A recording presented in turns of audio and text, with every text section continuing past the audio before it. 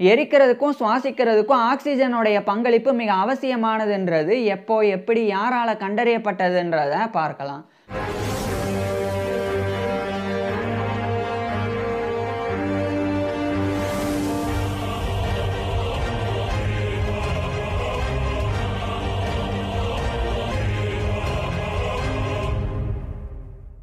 பல நூற்றாண்டுகளா காற்று ஒரு தனிமம் எலிமெண்ட் அப்படின்னு அறியப்பட்டு வந்தது.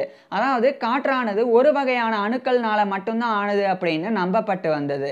இந்த நிலையில தான் 1604ஆம் ஆண்டு மிசெல் செஜியோஜ் அப்படின்ற போலாண்டை சேர்ந்த ஒரு ஆல்கெமிஸ்ட் பொட்டாசியம் நைட்ரேட்டை வெப்பப்படுத்தினாங்க. அப்ப அதிலிருந்து புதிய வகையான ஒரு வாயு தோன்றினது. அந்த வாயுவிற்கும் காற்றிற்கும் வேறுபாடு இருக்கு அப்படின்றத மிசெல் செஜியோஜ் உணர்ந்தாங்க. ஏன்னா காற்றை விட எரியும் செயல்முறையை கம்பஸ்டனை அதிகரிக்கக்கூடிய தன்மையை அந்த வாயுவானது கொண்டிருந்தது. அது மட்டும் இல்லாம அந்த வாயுவானது காற்றோடு காற்றாக கலந்திருக்கு அப்படின்றதையும் மிசெல் செஜியோஜ் வந்து கண்டறிஞ்சாங்க. இதனாலேயே காற்று ஒரு தனிமம் கிடையாது, எலிமெண்ட் கிடையாது, காற்று ஒரு சேர்மம் காம்பவுண்ட் அப்படின்றத மிகச்சரியா மிசெல் செஜியோஜ் கண்டறிஞ்சு சொன்னாங்க. அதாவது இப்ப எலிமெண்ட்னா என்ன, காம்பவுண்ட்னா என்ன அப்படின்னு பார்க்கலாம். ஒரு வகையான அணுக்கள்னால மட்டும் ஆனதுதான் எலிமெண்ட் அப்படின்றது. உதாரணமா இப்ப ஹைட்ரஜன் அப்படின்றது ஒரு வகையான அணுக்கள்னால ஆனது, அதனால ஹைட்ரஜன் ஒரு எலிமெண்ட். அதே மாதிரி ஆக்சிஜன் அப்படின்றதும் ஒரு வகையான ஒரு குறிப்பிட்ட வகையான அணுக்கள்னால ஆனது, அதனால ஆக்சிஜன் அப்படின்றதும் ஒரு எலிமெண்ட், ஒரு தனிமம். அதே சமயம் இப்ப ஒன்றுக்கும் மேற்பட்ட எலிமெண்ட்ஸ் தனிமங்கள் சேர்ந்தா அது வந்து சேர்மம், காம்பவுண்ட் அப்படின்னு அழைக்கப்படும். இப்ப இந்த ஹைட்ரஜன் ஆக்சிஜன், குறிப்பா வந்து ஹைட்ரஜன் 2வும் ஆக்சிஜன் இது ரெண்டுமே வந்து இணைஞ்சது அப்படின்னா அப்ப அது வந்து வாட்டர் அப்படின்ற சேர்மம் காம்பவுண்டா வந்து மாறிடும். ஹைட்ரஜன் 2 அப்படின்னா என்னன்னா ஹைட்ரஜனுடைய மூலக்கூறுகள் 2ம் ஆக்சிஜனுடைய மூலக்கூறு 1ம். இது எல்லாமே இப்படி இந்த 3 மூலக்கூறுகளும் இணைஞ்சா அப்ப வாட்டர் அப்படின்ற ஒரு சேர்மம் வந்து கிடைச்சிரும். ஸோ இப்போ எலிமெண்ட்னா என்ன, சேர்மம்னா அதாவது காம்பவுண்ட்னா என்ன அப்படின்னு தெரிஞ்சிருக்கும். அது மாதிரி தான் ஆரம்பத்தில் இந்த காற்றானது ஒரு தனிமம் தான், ஒரு எலிமெண்ட் தான் அப்படின்னு நம்பப்பட்டது.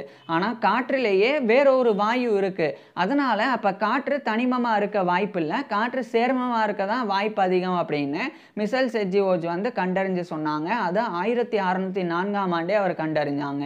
அதுக்கப்புறம் பல ஆண்டுகளுக்கு பிறகு 1660களில் ராபர்ட் ஹூக்ன்ற ஒரு இங்கிலீஷ் பாலிமத் வந்து ஒரு மிக முக்கியமான ஒரு பரிசோதனையை பண்ணாங்க.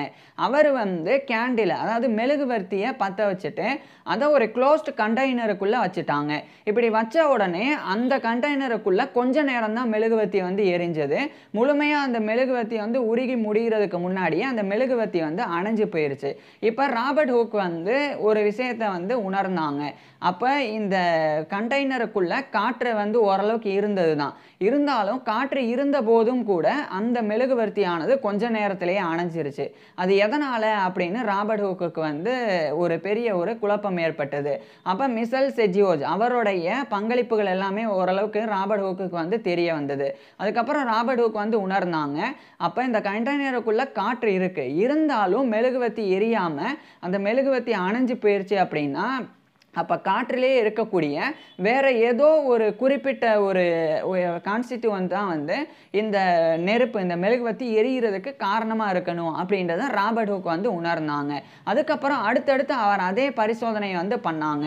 அதுக்கப்புறம் அடுத்தடுத்து அவர் பண்ண போதும் அதே தான் இருந்தது. ஏன்னா இப்போ ஒரு கண்டெய்னருக்குள்ளே கொஞ்சம் காற்று இருக்கும், அப்போ அந்த மெழுகுவர்த்தியை வச்சுட்டு அதை வந்து பற்ற வச்சுட்டு அந்த கண்டெய்னரை க்ளோஸ் பண்ணிட்டா கொஞ்ச நேரம் தான் அந்த மெழுகுவர்த்தி எரிஞ்சது, அது அப்படியே அணைஞ்சது. ஆனால் அந்த இதை வந்து கண்டெய்னரை திறந்து பார்க்கும்போது அதிலிருந்து அந்த மெழுகுவர்த்தியினால் வெளியேற்றப்பட்ட அந்த புகை வந்து வந்தது. அப்போ உள்ளே வந்து காற்று இருக்குது, அப்படி இருந்த போதும் கூட மெழுகுவர்த்தி வந்து எரிய மாட்டேங்குது, கொஞ்ச நேரம் தான் எரியுது. அப்போ என்ன அர்த்தம் அப்படின்னு சொல்லி ராபர்ட் ஹூக்னால அறிய முடியல. ஆனால் அப்போ அவர் வந்து நினச்சாங்க காற்றில் ஏதோ ஒரு கான்ஸ்டிடியூவன்ஸ் இருக்குது அப்படின்னு. அந்த ஒரு காற்றில் இருக்கக்கூடிய அந்த புதிய வாயு, அந்த மிசெல் செஜியோஜ் கண்டறிஞ்ச வாயுக்கு மிசெல் செஜியோஜ் வந்து சென்ட்ரல் நைட்டர் அப்படின்னு பேரிட்டு இருந்தாங்க. ஸோ அதுக்கப்புறம் ராபர்ட் ஹூக் வந்து இந்த பரிசோதனை பண்ணாங்க. ஆனால் ராபர்ட் ஹூக்குக்கு ஒரு விஷயம் மட்டும் உறுதியானது, அப்போ ஒரு பொருள் எரியணும் அப்படின்னா அதுக்கு ரொம்ப அவசியமானது காற்று, குறிப்பாக காற்றில் இருக்கக்கூடிய ஏதோ ஒரு முக்கியமான ஒரு மூலக்கூறு, ஒரு அணு அப்படின்றத அவர் வந்து உணர்ந்தாங்க. அது மட்டும் இல்லாமல் அவர் வந்து ஒரு ஏர் பம்பை வந்து உருவாக்கி அந்த ஏர் பம்பை வச்சு இந்த ஒரு காற்றானது சுவாசிக்கிறதுலையும் ரொம்ப அவசியமானது அப்படின்றத உணர்த்தினாங்க. குறிப்பாக அவர் வந்து பெல் ஜார் எக்ஸ்பெரிமெண்ட்டை பண்ணாங்க. அதுக்கப்புறம் அந்த ஏர் பம்பை வச்சுட்டு ஒரு டாக், ஒரு நாயினுடைய தோராக்ஸ், அதாவது மார்பு பகுதியில் வந்து துளையிட்டு அதுக்குள்ளே அந்த ஏர் பம்பை நுரையீரலோட கனெக்ட் பண்ணி காற்றை வந்து நுரையீரலுக்கு அனுப்பினாங்க. அப்போ அந்த நாய் வந்து உயிர் வாழ்ந்தது. ஸோ அதை வச்சு ராபர்ட் ஹூக் வந்து சொன்னாங்க, அப்போ சுவாசிக்கிறதுக்கும் காற்று ரொம்ப அவசியம், குறிப்பாக காற்றில் இருக்கக்கூடிய ஏதோ ஒரு சப்ஸ்டன்ஸ் வந்து அவசியமானது. அப்போ ராபர்ட் ஹூக்கும் வந்து கன்ஃபார்ம் பண்ணாங்க, காற்று வந்து தனிமம் கிடையாது, காற்று சேர்மம் அப்படின்னு சொல்லி.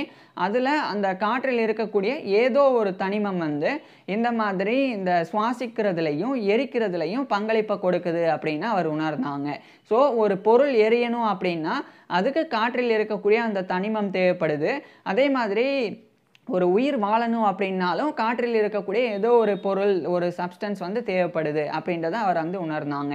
அதை அவர் 1665ஆம் ஆண்டு மைக்ரோகிராஃபியா அப்படின்ற ஒரு ஃபேமஸான டெக்ஸ்ட்டில் வெளியிட்டாங்க. அதுக்கப்புறம் அதே காலகட்டத்திலேயே இங்கிலாண்டை சேர்ந்த ஒரு வேதியியலாளர், ஒரு கெமிஸ்டான ஜான் மேயோ, அவர் வந்து இதே மாதிரி பரிசோதனையை ஃபஸ்ட்டு கேண்டில் வச்சு பண்ணாங்க, மெழுகுவர்த்தி வச்சுட்டு. அதுக்கப்புறம் அவர் இன்னொரு புதிய வகையான ஒரு விஷயத்தை பண்ணாங்க. அதாவது அதே மாதிரி ஒரு க்ளோஸ்டு கண்டெய்னருக்குள்ள மெழுகுவர்த்தியை வச்சுட்டாங்க. ஒரு மவுஸ், ஒரு சின்ன ஒரு எலியையும் அதுக்குள்ளே வச்சுட்டு அதை மூடிட்டு அதுக்கப்புறம் அதை கொஞ்ச நேரம் கழித்து பார்க்கும்போது மெழுகுவர்த்தியானது அணைஞ்சு இருந்தது. அதே சமயம் அந்த எலியும் வந்து இறந்துருந்தது. அதுக்கப்புறம் அவர் வந்து மெழுகுவர்த்தியை மட்டும் தனியாக எடுத்துட்டு வேற ஒரு எலியை அதே கண்டெய்னருக்குள்ளே வச்சு அதை வந்து மூடிட்டாங்க. அதுக்கப்புறம் கொஞ்சம் நேரம் கழித்து திறந்து பார்த்தா அந்த எலி வந்து உயிரோடு தான் இருந்தது, ஆனால் ரொம்ப சோர்வாக இறக்கக்கூடிய தருவாயில் இருந்தது. அதுக்கப்புறம் மறுபடியும் மூடிட்டு ரொம்ப நேரம் கழித்து பார்க்கும்போது தான் அந்த எலியானது உயிரிழந்திருந்தது. இப்போ இந்த 2 பரிசோதனையை ஜான் மேயோ பண்ணாங்க. ஒன்று மெழுகுவர்த்தி, எலி, ரெண்டையுமே ஒரு கண்டெய்னருக்குள்ளே வச்சாங்க. அப்போ அந்த மெழுகுவர்த்தி அணைஞ்சு அதே நேரத்திலேயே எலியும் இறந்திருந்தது. அதே சமயம் இன்னொரு ஒரு எக்ஸ்பெரிமெண்ட்டில் அவர் வந்து வெறும் எலியை மட்டும் கண்டெய்னருக்குள்ளே வச்சாங்க. அப்போ அந்த எலி இறக்குறதுக்கு ரொம்ப நேரம் ஆனது. அப்போ இதுக்கு என்ன காரணம் அப்படின்னு ஜான் மேயோ வந்து யோசிச்சு அப்போ அவரும் வந்து முன்மொழிஞ்சாங்க, அப்போ எரிகிறதுக்கும் சுவாசிக்கிறதுக்கும் காற்றில் இருக்கக்கூடிய ஏதோ ஒரு தனிமம் வந்து காரணமாக இருக்குது அப்படின்னு அவருமே வந்து அதையே வந்து கண்டறிஞ்சாங்க. அது மட்டும் இல்லாமல் அவர் இன்னொரு முக்கியமான விஷயத்தையும் சொன்னாங்க. அப்போ இந்த காற்று மட்டும் இருந்தால் போதாது, காற்றில் இருக்கக்கூடிய அந்த தனிமம் தான் வந்து உயிர் வாழ்கிறதுக்கு காரணமாக இருக்குது. இப்போ ஒரு மெழுகுவர்த்தியை பற்ற வச்சா அந்த மெழுகுவர்த்தியிலிருந்து புகை வெளியே வருது. அந்த புகை வாயிலாக வேறு ஏதோ ஒரு நச்சுத்தன்மையான காற்று வருது. அதுதான் அந்த எலி வந்து வேகமாக இறந்து போகிறதுக்கு காரணமாக இருந்திருக்கு. அதே சமயம் அந்த மெழுகுவர்த்தி இல்லாத கண்டெய்னருக்குள்ளே எலியை போடும்போது அது ரொம்ப நேரம் உயிர் வாழ்ந்தது அப்படின்னா அப்போ அதுக்குள்ளே அந்த ஒரு மோசமான நச்சு வாயு இல்லாதனால அது ரொம்ப நேரம் உயிர் வாழ்ந்து அதுக்கப்புறம் இறந்தது அப்படின்றதையும் ஜான் மேயோ வந்து உணர்ந்தாங்க. இது அவர் 1668 இந்த ஒரு காலகட்டத்தில் ட்ராக்டஸ் குவிங்க் அப்படின்னு லட்டின் லாங்குவேஜில் ஒரு ஒர்க்காக எழுதி வெளியிட்டாங்க. அதனோட இங்கிலீஷ் டைட்டில் ட்ரீட்டஸ் 5 அப்படின்னு. அதுக்கப்புறம் அப்படியே வந்து பல ஆண்டுகள் வந்து போனது. இது வந்து 17ஆம் நூற்றாண்டில் இதெல்லாம் நடந்தது. அதுக்கப்புறம் 18ஆம் நூற்றாண்டில் குறிப்பாக வந்து 1752 மற்றும் 1754 இந்த இடைப்பட்ட காலகட்டத்துக்குள்ள காரல் வில்ஹெல்ம் சீல் அப்படின்ற ஒரு ஜெர்மன் ஸ்வீடிஷ் பார்மசூட்டிக்கல் கெமிஸ்ட், அவரும் அதே மாதிரி ஜோசப் ப்ரீஸ்லி அப்படின்ற இங்கிலாண்டை சேர்ந்த ஒரு கெமிஸ்ட், இவங்க 2 பேரும் தனித்தனியாக 1752 டு 1754 இந்த இடைப்பட்ட காலகட்டத்தை 1772 டு 1774 இந்த இடைப்பட்ட காலகட்டத்துக்குள்ளே அவங்க ஆக்சிஜனை கண்டறிஞ்சாங்க. அதாவது காற்றில் ஆக்சிஜன் அப்படின்னு ஒன்று இருக்குது. அது வந்து அப்போ வந்து டிஃப்ளாஜிஸ்டிகேட்டட் ஏர் அப்படின்னு அழைக்கப்பட்டது அந்த ஆக்சிஜனானது.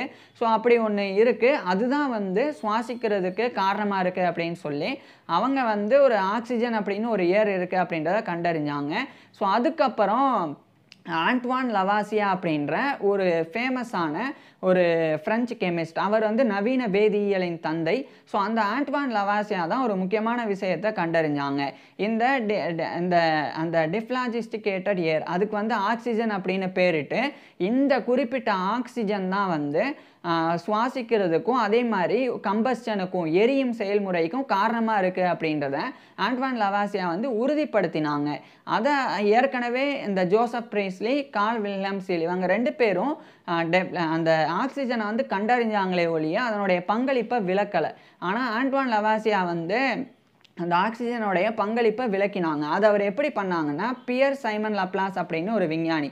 அவரும் ஆண்ட்வான் லவாசியா இவங்க 2 பேரும் இணைஞ்சு ஒரு கலோரிமெட்ரியை எடுத்துக்கிட்டாங்க. கலோரிமெட்ரி அப்படின்றது ஒரு அப்பராட்டஸ், ஒரு கருவி. அது வந்து ஒரு சேம்பர் மாரி, ஒரு அறை மாரி இருக்கும். அதை சுத்தி வந்து ஐஸ் வந்து வைக்கப்பட்டிருக்கும். பனி வந்து இருக்கும், பனிக்கட்டி. அதுக்குள்ள வந்து ஒரு கின்னி பிக்கை வச்சாங்க. கின்னி பிக் அப்படின்றது பரிசோதனைகளுக்காக பயன்படுத்தக்கூடிய பன்றி. ஸோ அந்த பன்றியை வந்து அதுக்குள்ள வச்சுட்டாங்க. வச்ச உடனே அந்த பன்றிக்கு அந்த ஆக்சிஜனை வந்து கொடுத்தாங்க. இப்போ எவ்வளோ ஆக்சிஜன் வந்து அந்த பன்றி வந்து எடுத்துக்குதோ அதுக்கேற்ற மாதிரி அந்த பன்றியினுடைய உடல் வெப்பம் அதிகரிக்கும் அப்படின்னு ஆண்ட்வான் லவாசியா வந்து சொன்னாங்க. அதுக்கேற்ற மாதிரியே அந்த பன்றியினுடைய உடல் வெப்பம் வந்து ஆக்சிஜனை வந்து உள்ளிழுக்கும் போது அதிகரிச்சது. அது அதிகரித்த உடனே அந்த சுற்றி அந்த அந்த சேம்பருக்குள்ளே அந்த பன்றி இருக்கிறனால சேம்பரை சுற்றி இருக்கக்கூடிய பனி கட்டி அதெல்லாமே வந்து உருக ஆரம்பிச்சிருந்தது. அந்த ஐஸ் எல்லாம் உருக ஆரம்பிச்சிருந்தது. அப்போ எந்த அளவுக்கு ஐஸ் உருகுதோ அந்த அளவுக்கு அந்த பன்றியினுடைய வெப்பம் அதிகரிச்சிருக்கு அப்படின்றத வந்து ஈஸியாக மெஷர் பண்ணலாம். ஸோ அப்படி பயன்படுத்தக்கூடியது அந்த கலோரிமெட்ரி அப்படின்றது. அதாவது சிம்பிளாக சொல்லப்போனால், இப்போ ஒரு வெப்பம் நிறைந்த ஒரு பொருளை வந்து அந்த சேம்பருக்குள்ளே வச்சா அதனுடைய வெப்பம் எந்த அளவுக்கு இருக்குது அப்படின்னு கண்டறிகிறதுக்கு அந்த வெப்பத்தினால எந்த அளவுக்கு ஐஸ் உருகி இருக்குன்னு பார்த்தா போதும். ஸோ எவ்வளோ ஐஸ் உருகி இருக்கோ அந்த அளவுக்கு ஏற்ற மாதிரி வெப்பம் இருக்குது அப்படின்னு கண்டறிஞ்சிடலாம். ஸோ அதுக்கேற்ற மாதிரி இந்த ஒரு எக்ஸ்பெரிமெண்ட்டை ஆண்ட்வான் லவாசியா வந்து பியர் சைமன் லப்ளாஸோடைய உதவியோட பண்ணாங்க. அதுக்கப்புறம் அதை பண்ணிட்டு தான் ஆண்ட்வான் லவாசியா மிக முக்கியமான இன்னொரு விஷயத்தை புதுசாக சொன்னாங்க. ஏற்கனவே காற்றில் ஏதோ ஒரு தனிமம் இருக்குது, அதுதான் சுவாசிக்கிறதுக்கும் எரிகிறதுக்கும் காரணம் அப்படின்னு ஏற்கனவே 3 விஞ்ஞானிகள் சொல்லியிருந்தாங்க. இருப்பினும் ஆண்ட்வான் லவாசியா தான் அது ஆக்சிஜன் தான், ஆக்சிஜன் அப்படின்ற ஒரு தனிமம் தான் சுவாசிக்கிறதுக்கும் எரிக்கிறதுக்கும் காரணமாக இருக்குது, ரொம்ப பங்களிக்குது அப்படின்றத அவர் கண்டறிஞ்சிருந்தாங்க. அது மட்டும் இல்லாமல் அவர் சொன்ன விஷயம் என்னன்னா, ஆக்சிஜனை மனிதர்கள் வந்து சுவாசிக்கிறாங்க. அப்படி சுவாசிக்கும் போது நம்மளுடைய உடலுக்குள்ள ஸ்லோ கம்பஸ்டன் அப்படின்ற கெமிக்கல் ப்ராசஸ் நடக்குது அப்படின்றதையும் ஆண்ட்வான் லவாசியா தான் வந்து கண்டறிஞ்சு சொன்னாங்க. அதாவது ஸ்லோ கம்பஸ்டன் அப்படின்னா மெதுவாக எரியக்கூடிய செயல்முறை. உதாரணத்துக்கு எப்படி ஒரு வெஹிக்கிளில் ஃபியூலானது எரிஞ்சு அதுக்கு அந்த வெஹிக்கிளுக்கு எனர்ஜி கொடுக்குதோ, உதாரணத்துக்கு ஒரு ஒரு ஒரு ஒரு முக்கியமான ஒரு வாகனம் இருக்குது, அந்த வாகனத்தில் எரிபொருள் இருக்குன்னா அந்த எரிபொருள் எரிகிறதன் மூலமாக அதிலிருந்து எனர்ஜி கிடச்சி அந்த வாகனமானது நகரும். அதே மாதிரி நம்மளுடைய உடலுக்கு ஆக்சிஜன் வந்து உள்ளே போன உடனே நம்மளுடைய உடலில் நம்ம சாப்பிடக்கூடிய உணவிலிருந்து கார்பன் அப்படின்ற ஒரு பொருளானது இந்த ஆக்சிஜனோட கலக்குது. அதனால அந்த மெதுவாக எரியக்கூடிய செயல்முறை நம்மளுடைய உடலுக்குள்ளே நடக்குது. அதன் மூலமாக தான் நமக்கு வந்து ஆற்றல் கிடைக்குது. அந்த எரியக்கூடிய செயல்முறை நடக்கிறனால தான் உடலுக்குள்ள வெப்பம் வந்து அதிகரிக்குது. ஸோ அப்படி வெப்பம் வந்து உடலுக்குள்ள இருக்கிற காரணம் வந்து ஆக்சிஜனை உள்ளிழுத்து ஆக்சிஜனால் உள்ளே எரியக்கூடிய செயல்முறை நடக்கிறது தான். ஸோ அப்படியே ஆக்சிஜன் நம்ம உரிகிறோம். அதுக்கப்புறம் அந்த ஆக்சிஜன் மூலமாக நம்மளுடைய உணவை வந்து பிரேக் டவுன் பண்ணி கார்பனோட அது கலந்து அதுக்கப்புறம் கார்பன் டை ஆக்சைடாக நமக்குள்ளேருந்து வெளியே வருது. ஸோ அப்படி வெளியே வரனால தான் நம்மளால் வந்து சரியாக வந்து செயல்பட முடியுது. ஒருவேளை ஆக்சிஜன் வந்து எரியக்கூடிய செயல்முறையை பண்ணலை அப்படின்னா, அப்போ அந்த ஸ்லோ கம்பஸ்டன் நடக்கலைன்னா நம்மளால் வந்து சரியாக சுவாசிக்கவும் முடியாது, நமக்கு எனர்ஜியும் கிடைக்காது. அப்படின்றதெல்லாம் ஆண்ட்வான் லவாசியா தான் வந்து மிகச்சரியாக கண்டறிஞ்சாங்க. இதை மட்டும் இவர் பண்ணலை, இன்னும் மேலும் சில விஷயங்களை இவர் வந்து இதை பற்றி சொன்னாங்க. குறிப்பாக கார்பன் டை ஆக்சைடு அது வந்து வெளியேற்றிடணும் நம்மளுடைய உடல்ல இருந்து. அது நம்மளுடைய உடலுக்குள்ளேயே தங்கிருச்சுன்னா அதனால நமக்கு உடலில் பாதிப்பு ஏற்படும் அப்படின்றத கண்டறிஞ்சு சொன்னாங்க. ஸோ இப்போ இவர் சொன்னது 1789ஆம் ஆண்டு எலிமெண்ட்ரி ட்ரீட்டஸ் ஆன் கெமிஸ்ட்ரி அப்படின்ற ஒரு புத்தகத்தில் இவர் இதெல்லாம் தெரிவிச்சிருந்தாங்க. இங்கிருந்து 100 ஆண்டுகளுக்கு முன்னாடி ஜான் மேயோ அவர் சொன்னது தான். அந்த எலியையும் அதே மாதிரி மெழுகு ரெண்டையுமே கண்டெய்னருக்குள்ளே வச்சு அடைச்சா வேகமாக எலி இறந்து போச்சு. அது காரணமே உள்ள அந்த மெழுகுவர்த்தி எரியும் போது கார்பன் டை ஆக்சைடு வந்து வெளிவரும். அதனால தான் அந்த உள்ள வந்து கார்பன் டை ஆக்சைடு காரணமாக எலியானது வேகமாக இறந்தது. ஸோ இது ஆண்ட்வான் லவாசியா வந்து விளக்கினாங்க. இதனால தான் கார்பன் டை ஆக்சைடு வந்து ரொம்ப நச்சு வாயு அப்படின்றது. ஸோ இது எல்லாத்தையும் ஆண்ட்வான் லவாசியா ஸ்லோ கம்பஸ்டன் அப்படின்னு விளக்கி, அப்போ நம்மளுடைய உடலும் வந்து ஒரு வாகனம் வந்து எப்படி எரிபொருளை எரிக்குதோ அதே மாதிரி நம்மளுடைய உடலும் வந்து ஆக்சிஜனை உள்ளிழுத்து நம்மளுடைய உணவிலிருந்து கார்பனை பிரேக் டவுன் பண்ணி அதன் மூலமாக வெளியே கார்பன் டை ஆக்சைடாக வெளியிடுறோம். ஸோ இதெல்லாமே வந்து புரிய வந்தது. இதுக்கு மிக முக்கிய காரணமாக ஆண்ட்வான் லவாசியா தான் வந்து இருந்தாங்க. இதன் மூலமாக தான் அவர் வந்து உறுதிப்படுத்தினாங்க காற்றில் இருக்கக்கூடிய ஆக்சிஜன் வந்து இவ்வளோ முக்கியமானது அப்படின்னு. அது மட்டும் இல்லாமல் காற்று ஏற்கனவே சொன்ன மாதிரி அந்த விஞ்ஞானிகள் எல்லாம் சொன்னது, காற்றில் ஏதோ ஒரு வாயு இருக்குது, அதுதான் வந்து சுவாசிக்கிறதுக்கும் எரிகிறதுக்கும் காரணம் அப்படின்னு. அதே சமயம் ஆண்ட்வான் லவாசியா அதை முழுமையாகவே கண்டறிஞ்சாங்க. அதாவது காற்றில் நைட்ரஜன் அப்படின்னு ஒரு வாயு இருக்குது, அதேமாதிரி ஆக்சிஜன் அப்படின்னு ஒரு வாயு இருக்குது. குறிப்பாக நைட்ரஜன் 78%, 78.08, ஆக்சிஜன் வந்து 20.95, அவ்வளோ சதவீதத்தில் ஆக்சிஜன் இருக்குது. அதேமாதிரி கார்பன் டை ஆக்சைடு 0.004, ஆர்கான் அப்படின்ற இன்னொரு வாயு அது வந்து 0.93, இந்தந்த அளவுகளில் இருக்குது. ஸோ இதெல்லாம் சேர்ந்தது தான் காற்று அப்படின்னு ஆண்ட்வான் லவாசியனால் தான் வந்து கண்டறியப்பட்டது.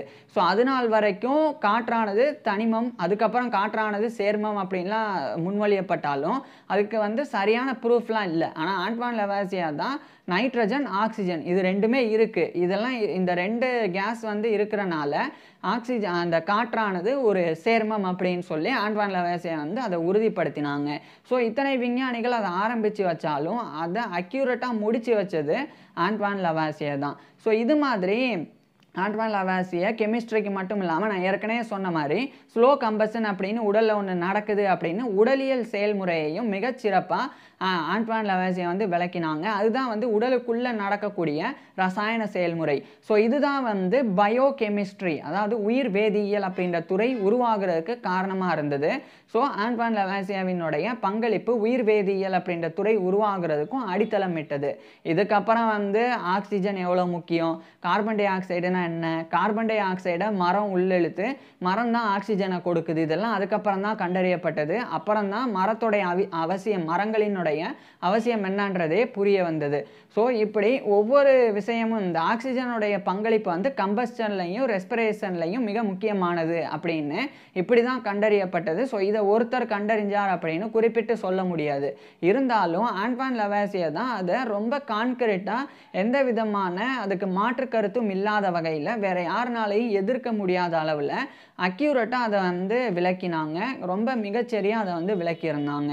இதனால தான் ஆண்ட்வான் லவாசியா வந்து ஃபாதர் ஆஃப் மாடர்ன் கெமிஸ்ட்ரி அப்படின்னும் அழைக்கப்படுறாங்க. ஸோ இதெல்லாம் பற்றி நீங்கள் என்ன நினைக்கிறீங்க அப்படின்றத கீழே கமெண்ட்ஸில் சொல்லுங்கள். அதே மாதிரி இந்த ஆண்ட்வான் லவாசியா இப்பேற்பட்ட விஞ்ஞானி வந்து தலை துண்டிக்கப்பட்டு கொலை செய்யப்பட்டாங்க. அதாவது இவருக்கு மரண தண்டனை விதிக்கப்பட்டது. அது எதனால் அப்படின்னு நான் ஏற்கனவே பேசியிருக்கேன். அதை பற்றி பார்க்குறதுக்கு கீழே டிஸ்கிரிப்ஷனில் லிங்க் கொடுத்துருக்குறேன், கட்டாயமாக பாருங்கள். தேங்க்யூ.